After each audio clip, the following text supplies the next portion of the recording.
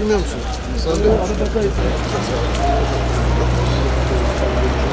Mevcut. Kabasını tamam bitirmiş durumdayız ve Bahsettiğiniz evet, bizim kitlemiz olduğundan dolayı bu şekilde ufak değişiklikler var. Evet. Ne var ne yok? Geçiyor.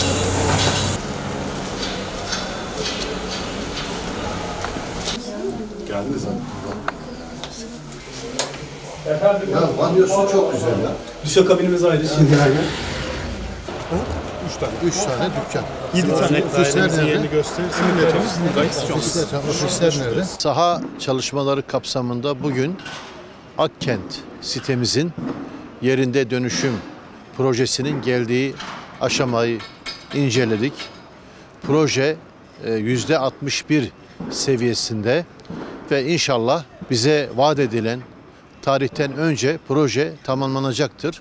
Nisan ayı gibi buradaki 29 bloğumuzu toplam 403 daireden, konuttan, 7 dükkandan, 2 ofisten oluşan projemizi inşallah halkımızın hizmetine açacağız.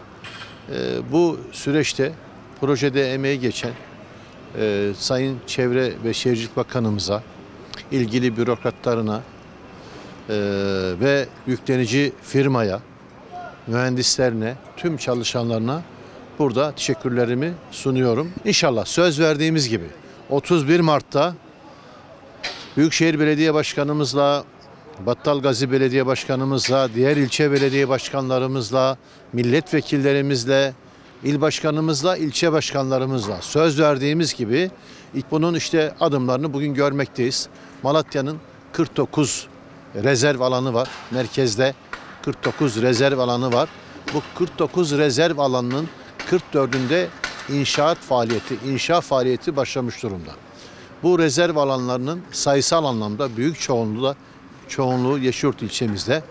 Burada da 2-3 tane proje dışında hemen hemen her alanda inşa faaliyeti başlamış durumda ve hızla yükseliyor. Bundan dolayı gururluyuz, sevinçliyiz. İnşallah depremin yaralarını, 6 Şubat'ın yaralarını en kısa sürede saracağız.